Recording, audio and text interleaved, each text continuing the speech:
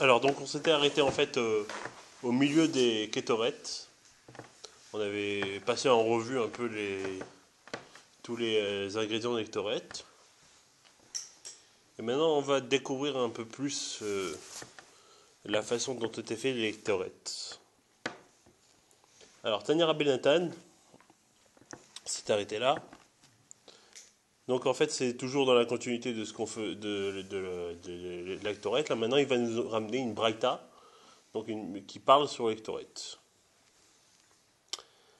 Alors, il dit, Rabbi Nathan, il enseigne comme ça, Keshéou Sochek. Donc on a dit que les Ktoret, il fallait, une fois qu'on qu'on avait pris tous les ingrédients, il fallait les mettre dans un pot et les moudre, bien, bien fin. Il dit, quand il va les moudre, Omer, il va dire, donc il va dire, Adek etev adek. Moudre bien, moudre bien. Qu'est-ce que ça veut dire? Pourquoi il va le dire? Il dit Mipne Sha'akol Yafé la Bessamim, parce que la voix est bon pour le parfum. Alors c'est un grand mystère ici, mais il y a plusieurs explications. Alors, premièrement, on peut expliquer que pourquoi il dit que la voix c'est bon pour faire les parfums d'Ectorette, parce que quelque part, quand il va se dire je l'écrase, il est en train de se motiver et de rester concentré sur ce qu'il doit faire. C'est comme quand on veut rester concentré sur quelque chose, on essaye de rester dans le sujet. Et là, pour ne pas se déconcentrer et pour savoir aussi ce qu'il fait, il le dit tout simplement. La voix, ça aide l'essence. Ça va même plus loin. Ça va même plus loin parce que il y en a même qui expliquent ici que la laine de la voix, la laine par laquelle il va parler, ça va rajouter un ingrédient secret au Ktoret. Non, mais justement, il dit que c'est Rachid qui explique ça. Rachid explique que là-bas dans la Mishnah que par le souffle de la bouche, il y a quelque chose qui va se rajouter de très spécial dans l'Ectorette. Donc par le fait de parler, le souffle de la bouche, ça rajoute quelque chose. Ou bien tout simplement, comme il y a plusieurs. Non, mais simplement aussi, ce qu'il faut comprendre, c'est que. Quand on dit tu sens le parfum, tu n'as pas senti le parfum que j'ai mis? Ah, oui, c'est vrai. Ben sinon, il y a encore une autre explication, c'est que comme on avait plusieurs ingrédients, donc plusieurs textures, donc pas toutes les textures, on va pouvoir les moudre de la même façon. Donc pour rythmer son action, il faisait avec la voix. C'est-à-dire il chantait, pas forcément dire moudre, je vais le moudre. Il chantait ou il se tac tac tac tac tac tac, voilà, autre chose. D'une certaine façon, il rythmait avec sa voix son action. D'accord? Alors donc ça c'est la façon dont c'était fait avec Toret. Et après il dit Pitma ala Khatsaïn Keshera, s'il a divisé toutes les doses en deux, c'est Kasher. Parce qu'on avait donné les doses pour 300, on avait dit que les doses c'était à l'année. Et d'ici on l'a fait à moitié, ça reste Kasher. Par contre, si on l'a fait les Shalish ou la Ravia, si on l'a fait tiers ou le quart, il dit Lo Shamanou, on ne sait pas. On ne sait pas si c'est Kasher, si c'est pas Kasher. Donc, on sait qu'à moitié, c'est Kasher. C'est-à-dire que s'il a divisé tous les proportions qu'on a dit en deux, pourquoi? Parce que à moitié, c'est facile de calculer. Par exemple, je vous dis, là, on avait vu certaines doses avec, il fallait 16 manées. C'est quoi le tiers de 16? C'est compliqué, on est d'accord. Donc, pour un tiers ou un quart, c'est déjà plus compliqué à calculer qu'une moitié. D'accord? Oui, ça fait des virgules, c'est très compliqué à calculer. Voilà, c'est pas précis. Et l'électorat, c'est quelque chose, comme on a vu, d'extrêmement précis et vraiment d'extrêmement calculé. Amar Rabbi Yehuda, et là Rabbi Yehuda vient de nous expliquer, il disait à Klal, voilà la règle, Imkim datakshera la chatsaïn. La règle, elle est qu'il faut toujours avoir les mesures, et donc si on l'a fait à moitié, c'est à partir de ces mesures, on est bon. C'est-à-dire qu'on a les mesures de base, et on va les diviser à moitié. Et donc il va répéter ici que si on manque exprès un ingrédient, le Kohen qui faisait cette Ktoret était Chayav Mita. D'accord? Parce que la Torah elle avait dit qu'il faut les 11 ingrédients. S'il n'a pas mis les 11 ingrédients, il était Chayav Mita. Il est passible. Oui, mais passible non. Même sans faire exprès. Non, Chayav Mita, on parle ici de Mita Bidei Shamayim. C'est Dieu qui va s'occuper de lui. Oui, mais c'est même sans faire exprès. On parle qu'il a fait exprès. Il me prie ça. S'il a manqué, c'est qu'il a fait exprès. On parle qu'il a fait exprès. Tane Bar Kapara. Ensuite, il dit, il enseigne Bar Kapara. Achat le shishim ou le shivim shana. Aïtavash et shiraim lachatzaim. Une fois tous les 60-70 ans, on avait une demi-dose d'octorette qui nous restait. Et donc, on la faisait à partir de cette demi-dose. C'est quoi cette histoire? Alors, on avait expliqué que quand le Kohen faisait l'octorette, donc il mettait une dose par jour. Il avait 368 doses. 365 doses, donc chaque jour de l'année. Il a divisé une fois le matin, une fois l'après-midi. Et 3 doses pour le jour de Kippour. Sauf que ces fameuses 3 doses pour le jour de Kippour, il les utilisait jamais entièrement. Il ne les brûlait pas. Donc il restait toujours. Et d'après ce qu'il dit ici Bar Kapara, au bout de 60 ans ou 70 ans, il restait une demi-mesure d'octorette. Donc je ne sais pas si vous vous rendez compte, mais de quelle qualité finalement était ici l'octorette, que ça pouvait tenir 58 ans. Ça veut dire imagine la première année où tu as fait l'octorette. Et le truc, il est resté pendant 58 ans et tu le réutilises après. Donc ça prouve vraiment qu'il y avait ici une très, très grande qualité déjà dans le choix des produits pour l'octorette. Et maintenant il va nous dire encore une chose, c'est que l'octorette on ne les faisait pas que pour l'odeur. On a dit que... Et ça, c'est comme chercher un marseille, la moitié, qu'est-ce que c'est ça? Oui, il dit qu'une fois tous les 60-70 ans, on avait une demi-mesure. Il restait une demi-mesure. Et donc on faisait à partir de cette demi-mesure. Ça veut dire on a appris tout à l'heure avec Rabbi Nathan qu'on pouvait faire d'octorette avec une demi-mesure. D'accord? Et là maintenant il va nous dire que les octorettes ne sont pas faits que pour l'odeur. Votane bar kapara, il doit être bas corto chez le vaches. S'il met un tout petit peu de miel, en adam et achol amod penerecha, l'odeur est vraiment extrêmement bonne. Et donc on aurait pu mettre du miel dans les octorettes. Si on veut, si on comprend ici dans cette Mishnah, c'est que le miel, c'est vraiment ce qui manquait dans l'octorette. Et on aurait eu une odeur vraiment très bonne. Sauf qu'on ne fait pas ça pour l'odeur. On fait ça parce que Dieu nous a dit de faire. Et la preuve, elle est, pourquoi on ne met pas vraiment du miel? Parce que la Torah nous dit, de vache, tout le vin, tout miel, vous ne devrez pas mettre en tant que sacrifice, donc pour Dieu.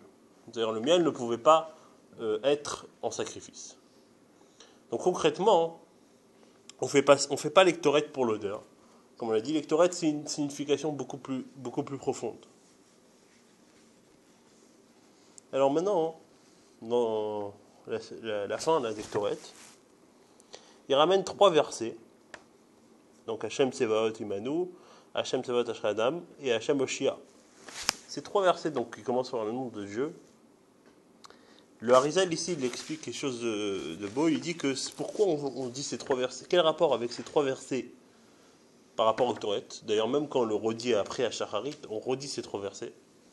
Quel rapport avec ces 3 versets et les Torah? Il dit parce que finalement, dans ces versets, on est en train de dire notre confiance dans Dieu. Donc on dit comme ça, Hashem Savot, donc c'est le nom de Dieu. Imanu, il est avec nous. Misgav Lanu, un appui. Eloke Yaakov, c'est là. Hashem Savot, donc c'est le nom de Dieu. Ashre Adam Bedarbach, heureux l'homme qui croit en lui, qui s'appuie sur lui. Donc c'est-à-dire qu'on est en train de dire finalement que on exprime notre croyance en Dieu, que Dieu va reconstruire le 3e temple, qu'on pourra refaire les corbanotes, qu'on pourra refaire les torettes, etc. Hashem Oshia Melech Yanu B'Yom Korino, que Dieu va nous répondre. Donc ici c'est une forme de prière, une fois qu'on a fini cette étude des torettes, c'est une forme de prière qu'on dit qu'on croit dans ce que Dieu va ramener finalement le temple et qu'on pourra refaire les torettes. C'est quoi déjà Misgav? Misgav c'est un appui, il dit c'est un appui. C'est la traduction, de toute façon c'est des versets, ça vous pourrez voir les traductions. Après je vais pas Alors après, il y a le passage de Abaye, en bas de la page. Alors Abaye, ce passage-là de Abaye, c'est quoi? Juste pour dire c'est quoi. Dans ce passage, c'est un passage qui ramène de la Gemara, où là, il va carrément nous détailler l'ordre de la journée. C'est-à-dire, la journée dans le temple, comment elle se commençait. Donc là, vraiment, on commence à rentrer dans le vif du sujet. Hein. On a déjà maintenant, on sait c'est quoi l'Ektoret. Et là, maintenant, il est en train de nous dire comment ça se passe dans le temple. Donc, qu'est-ce qui était fait avant, qu'est-ce qui était fait après. Je veux pas m'arrêter sur ça.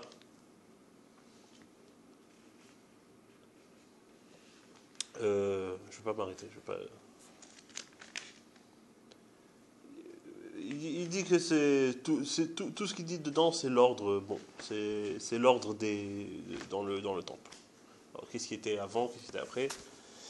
Et après, on a la tefila de Anna Bekoar. Alors, cette tefila, ça c'est quelque chose de très très important et très très grand. Et c'est ce qu'on retrouve sur la menorah que vous avez à côté. Et cette tefila, elle est dite beaucoup de fois. C'est, comme il vient de le dire notre cher ami, Abraham, que c'est une tefila qui est kabbalistique. Pourquoi? Parce que tout simplement, celui qui l'a écrite, Rabbi Nechonia, était un grand kabbalistique, un grand kabbaliste. Qu'est-ce qu'elle nous dit cette prière? Cette prière, elle nous parle de l'unité du peuple juif.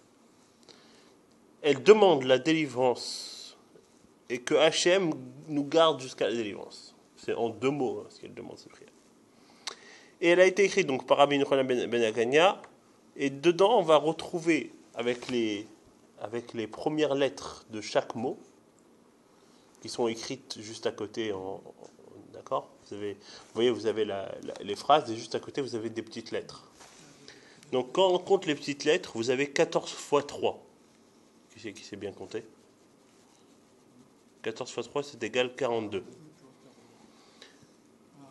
Il a été, en fait, ce verset, ce Anna Bekoach a été écrit sur les 70 noms de Hachem. C'est qu'Hachem a 70 noms. Mais ici, il s'arrête sur un nom précis de Dieu qu'on appelle le Shem Membet en hébreu, le nom 42. On appelle ça le Shem Mab. 42 en hébreu, c'est Membet.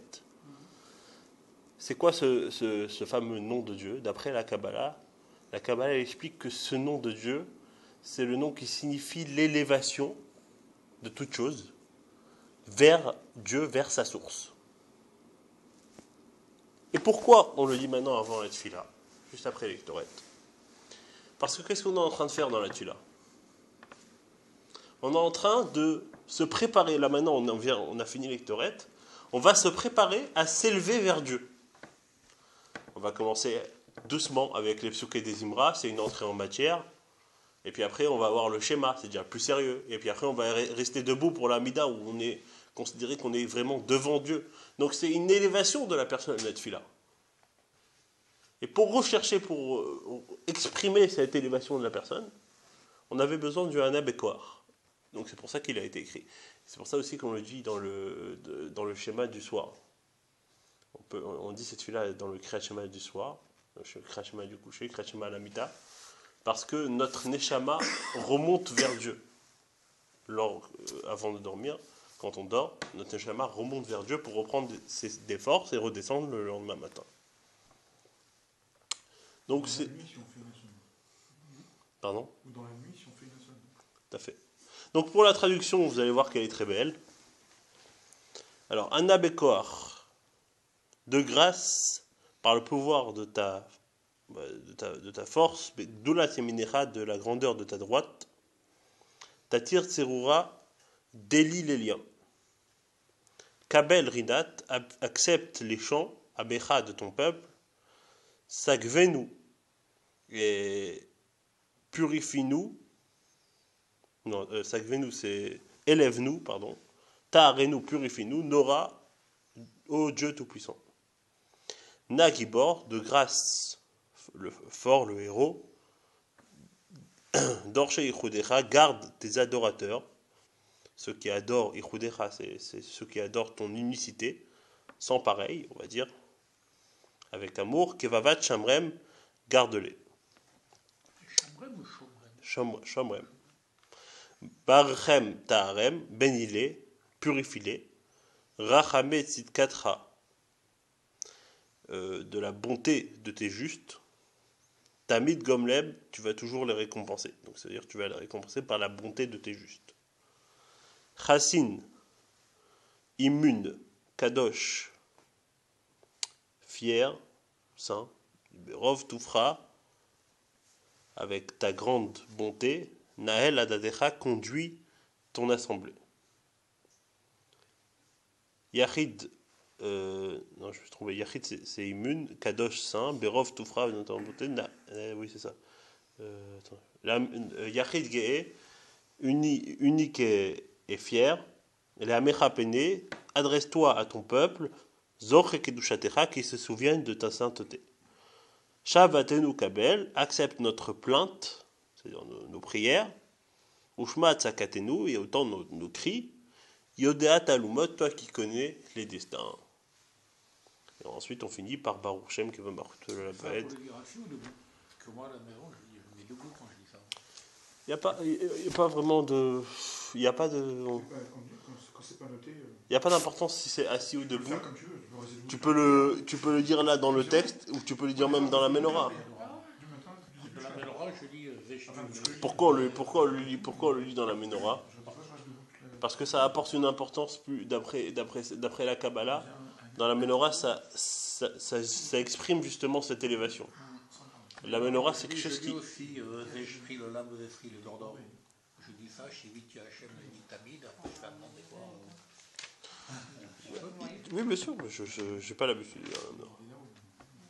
Donc, d'accord. Donc, cette prière, finalement, qu'est-ce qu'elle est en train de nous dire?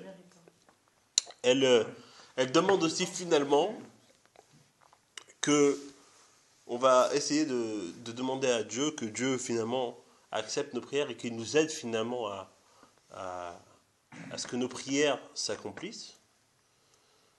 Donc, c'est la raison pour laquelle nous le disons avant la prière. D'accord?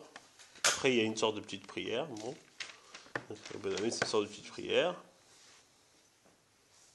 Et après, page 32, on va juste finir avec Ezéoum et Koman. C'est la page 32. Donc, on tourne encore une page. C'est des petites prières. Après le Ribbon, la Reine, Vénémar, c'est des petites prières, tout ça. Des prières encore de demande que le temple nous revienne. Et après, on a le Ezéoum et Koman. Le Ezéoum et Koman. Qu'est-ce que c'est ça que le Ezéoum et Koman? Le Ezéoum et Koman, c'est une Mishnah qui se trouve dans Masechet Zevachim, dans le traité Zevachim, qui nous parle des korbanot, des sacrifices. Donc encore une fois, pourquoi? Déjà, la première raison, parce que la tfila, c'est les korbanot.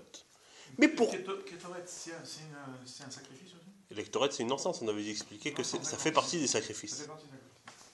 Comme tout ce qui se passe dans le temple, on avait expliqué par rapport au Torah que la spécificité des Torah, c'est que dans les Torah, on voit des espèces spéciaux. Et que comme tout ce qui se passe dans le temple, c'était considéré comme une offrande, donc comme un korban. D'accord? De la même manière qu'on ne pouvait pas mettre du miel dans les Torah, un exemple, hein, vous ne pouvez pas mettre du miel sur la vache. Oui, vous ne pouvez pas amener un animal abîmé. Oui, non, ça c'est autre chose. Ça c'est autre chose. Ça rentre déjà dans une autre. Ça c'est les détails dans les corbanotes. Là maintenant, nous ce qu'on cherche, c'est déjà à savoir c'est quoi un korban. C'est quoi un sacrifice. Donc si on veut, la Masechet Zevachim est pleine de Mishnayot. Il nous explique c'est quoi les sacrifices. On a même la Masechet Menachot aussi, qui nous parle de certaines offrandes. Et les Menachot, c'est les offrandes qu'on offrait des petits pains. Avec le sacrifice, on accompagnait toujours avec des pains. D'accord? D'ailleurs, vous voyez, quand on parle dans Rosh Chodesh, dans Shabbat, on parle au Minchatam Veniskeem. Toujours, le korban était accompagné de mincha. Donc mincha, c'est une offrande qui se faisait en forme de pain ou de brioche, on va dire ça comme ça. Et Niskeem, il y avait du vin qui venait avec le korban. D'accord?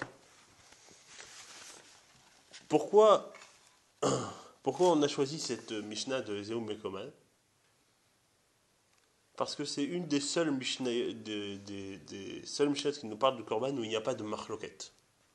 C'est-à-dire c'est une Mishnah qui nous vient directement de Moshe, Messinaï. C'est une Mishnah qui est claire, où il n'y a pas, personne n'est pas d'accord. Et c'est pour ça qu'on a choisi de la dire maintenant avant la tfila, pour exprimer qu'avant la tfila, on doit déjà être en accord avec nous-mêmes et être en accord avec les autres. Donc en gros, pour ne pas rentrer dans les détails, Ezeu Mekoman, c'est des Mishnayot qu'on peut retrouver dans le traité donc Zevachim. C'est le chapitre 5 du traité Zevachim. Et en gros, il va nous essayer de nous détailler tous les sortes de sacrifices qui existent dans le temple. D'accord? Donc il commence d'abord par essayer de savoir Ezeu Mekoman, ça veut dire quel est l'endroit. Il veut essayer d'abord de savoir, pour nous apprendre, où on faisait les sacrifices. D'accord? Les sacrifices, en l'occurrence, étaient faits au nord. D'accord?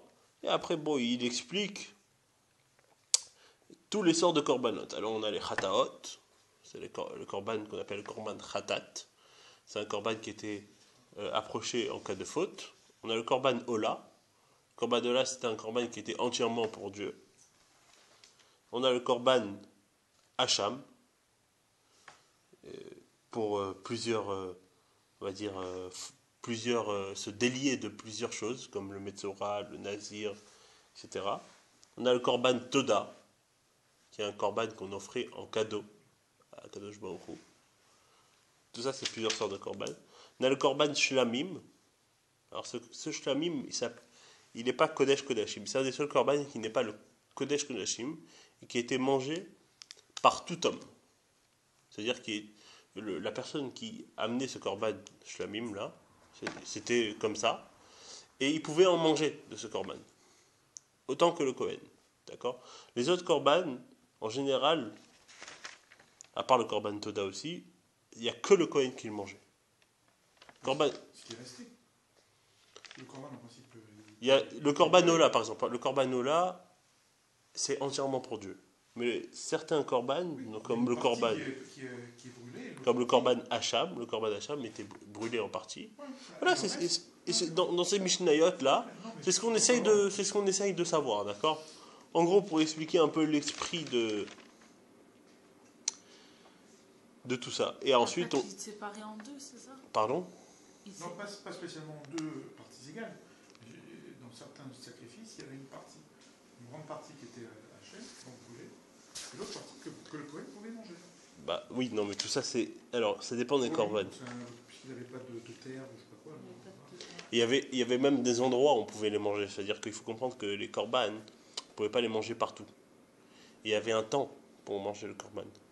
Par exemple, le korban Ola, des gens ne le mangeaient pas. Non, le korban, Hacham, se mangeait en un jour et une nuit. Donc, un jour. Le korban Shlamim, c'était 2 jours. Vous pouvez pas le mettre au congélateur. 2 jours, une nuit.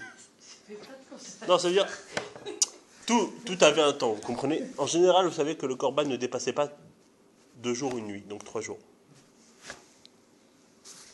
Pourquoi ça devait se passer à Yerushalayim. Au-dessus de 3 jours, ça s'appelle pigoul. C'est-à-dire que c'est une viande qu'on ne consommait plus.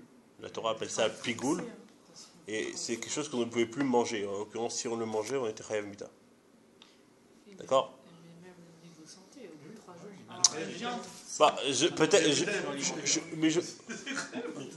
Moi, je regarde plus la santé. Moi, je regarde ce que la Torah me dit. Ça passe avant la santé. Puisque la Torah, c'est le guide de la santé.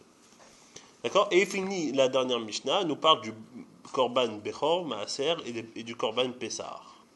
Le Korban Pessar qui est le plus spécial des Korban, puisqu'il était mangé seulement en une nuit, et était mangé jusqu'à Chatzot, donc la nuit, c'est à partir de la tombée de la nuit jusqu'à Chatzot, on pouvait manger le Korban Pessar, et était mangé seulement pour certaines personnes, c'est-à-dire qu'on sait très bien que le Corban Pessah ne pouvait pas être mangé par un harel, par un non-circoncis, par des choses comme ça, et était mangé que grillé.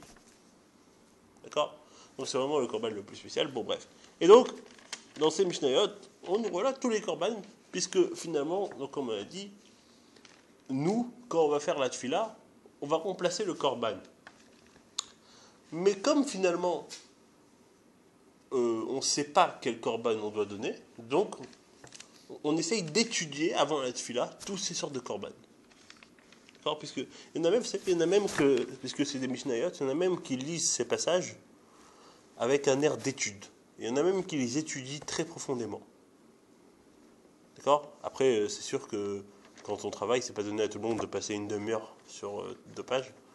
Et donc, bon, en général, il faut essayer au moins de comprendre ce qu'on dit, voilà, ici qu'on essaye de relater tous les corbanes, par qui ils étaient mangés, comment ils étaient faits, dans quel endroit ils étaient faits. Et juste après, on a, alors c'est la page, donc juste à la fin, c'est 34, en bas de la page, on a Rabbi Ishmael. Vous voyez Rabbi Ishmael? C'est quoi Rabbi Ishmael? Rabbi Ishmael, c'est une braïta. C'est quoi une braïta? Une braïta, vous savez, c'est ce qui n'a pas été mis dans les Mishnah, c'est appelé braïta. C'est-à-dire, braïta en araméen, ça veut dire ce qui reste. Et en l'occurrence, cette braïta débute ce qu'on appelle le Torah de Kohanim. Le Torah de Kohanim, on va dire, c'est ce qui nous explique les korbanot. Donc, le rapport avec cette Mishnah-là, cette Braïta-là, pardon, de Rabbi Ishmael, qui a priori n'a aucun rapport, puisqu'il vient nous parler finalement des 13 attributs par lesquels la Torah peut être apprise. Donc a priori ça n'a aucun rapport avec les korbanot. Mais détrompez-vous, puisqu'elle finalement débute ce qu'on appelle donc le Torah de Kohanim, qui donc nous parle finalement des korbanot. Donc c'est là le rapport avec cette Mishnah. Et dans cette histoire, pourquoi on est en train de dire tout ça finalement, la raison profonde dans laquelle on est en train de dire donc ces Mishnayot, des Braïtot, tout ça? Parce que les Chachamim ont voulu donner le srout, c'est-à-dire le mérite à chaque personne qui va faire cette tfila, qu'avant la tfila, il y a un bagage de Torah, donc le verset toraïque. Alors c'est quoi le verset toraïque? C'est la parasha Tamid qu'on avait vu. Donc on avait cité des versets de la Torah dans la parasha du Tamid. Puis le début des Ktoret, c'est aussi des psukim qui viennent de la Torah. D'accord? La Mishnah, donc la Mishnah, c'est tous les Mishnayot qu'on a vus dans les Ktoret. Et le Talmud, même des parties du Talmud. Donc la Braïta, c'est une partie du Talmud. Et donc c'est de là l'importance d'où on sait que l'étude avant la tfila est importante. D'accord? Et donc, puisque les Chachamim m'ont voulu donner cette chance, et à part ça, bien sûr, il est nécessaire de faire tout ça pour pouvoir arriver après au Kaddish. Pouvoir faire le Kaddish. Le Kaddish à l'Israël qui est fait sur une étude. D'accord? Donc, tout ça, ça a été mis ici donc, dans un sens ou dans un autre. Mais c'est quelque chose qui fait partie de la première partie de la tfila. Là, c'est la première partie de la tfila. Et après, on rentrera dans le vif du sujet. D'accord? Donc jusqu'à maintenant, c'était, on va dire, c'est les préparatifs jusqu'à maintenant. On se prépare, on comprend c'est quoi les ktoret, c'est quoi les encens, c'est quoi l'esprit du korban, donc c'est quoi l'esprit de la tfila. On sait que dans la tfila, on va avoir une certaine élévation. Et toute cette partie-là de la tfila, c'est ce qu'on appelle la préparation à la tfila. D'accord? Et donc, de là aussi, l'étude qui serait faite avant la tfila ferait partie de la préparation avant la tfila. Par exemple, il y en a qui ont l'habitude, avant de prier, d'étudier un morceau de Gemara, d'étudier un morceau de Tanya, d'étudier un morceau de Chumash, de faire une étude avant la tefila, avant la prière. Pourquoi aussi finalement on a besoin d'une étude avant la prière? Parce que ça marque aussi une certaine élévation dans l'esprit. Vous savez qu'une étude, ça ne peut pas être fait en 2 temps de mouvement. On a besoin de s'asseoir, d'être concentré dans la chose. Et donc ça nous concentre pour la tefila. Et ça, donc on rentre, quand on arrive à Odou, on est concentré. Parce qu'on s'est préparé à se concentrer sur du Mishnayot, sur du Talmud, on a fait même une étude. Et donc on arrive au Odou, on est concentré, on est prêt à commencer la tefila. Des questions? Les 13 dont vous parlez, c'est les 13 attributs qu'il faut avoir. Non, c'est les 13 façons de laquelle la Torah est apprise. Par exemple, il cite le Kal Vachomer. C'est-à-dire, on va prendre quelque chose de... On voit que la Torah, dans quelque chose de léger, elle nous dit que le din est ainsi. Alors, à plus forte raison, dans une chose qui va être plus grave, que le din sera ainsi, etc. Ça, c'est une des façons d'apprendre. Deuxième façon, par exemple, c'est la Gzera Shava. C'est ce qu'on appelle la Gzera Shava. C'est quoi? C'est qu'on trouve un mot qui a été dit par rapport à une situation. Et dans cette situation-là, la Torah nous dit par exemple qu'il est chayav. C'est un exemple. Hein. Et le même mot qui est dit dans une autre situation, mais dans cette autre situation, la Torah ne nous dit pas qu'il est chayav. On apprend qu'il est chayav parce qu'on dit les 2 mêmes mots sont marqués, un là et un là-bas. Donc on prend les 2 mots, on apprend un de l'autre. Pareil que là, il est chayav, pareil là-bas, il est chayav. Etc. Donc, ça veut dire qu'à chaque fois, on a des façons d'apprendre la Torah. Quand on prend une Mara, quand on prend la Gemara Babli, le Talmud, la structure du Talmud, c'est basé sur ces 13 principes. D'accord? C'est des principes de base, de règles, de la façon d'apprendre toutes les lois de la Torah.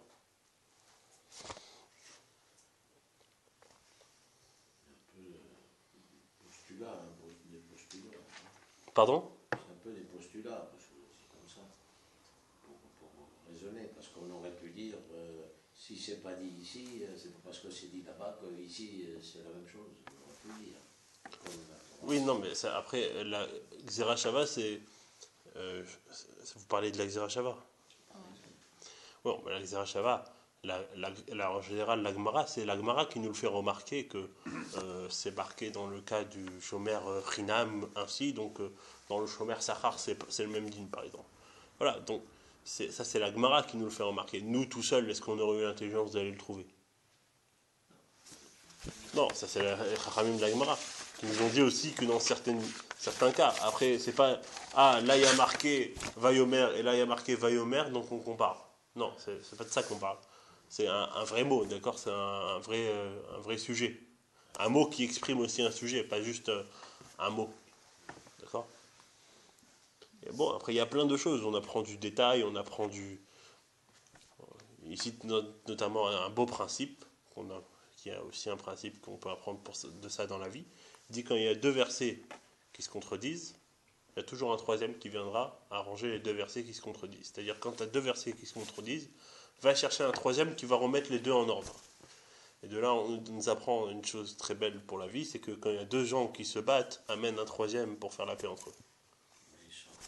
C'est marrant, je pensais à ça. C'est le troisième qui viendra faire la paix entre les deux. Bon courage Mais pour le 3e. Non, mais il faut finir au bon moment. Mais- Pas trop tôt. Mais justement, mais bon, de toute façon, oui. Mais l'avantage des versets de la Torah, c'est qu'ils sont tous déjà écrits, c'est à nous de les trouver. C'est ça l'avantage des... Bien, d'accord. Donc, juste pour le programme des prochains cours, juste pour vous dire, on étudiera le passage de Odou, donc, qui est le début des Psukei des Imois.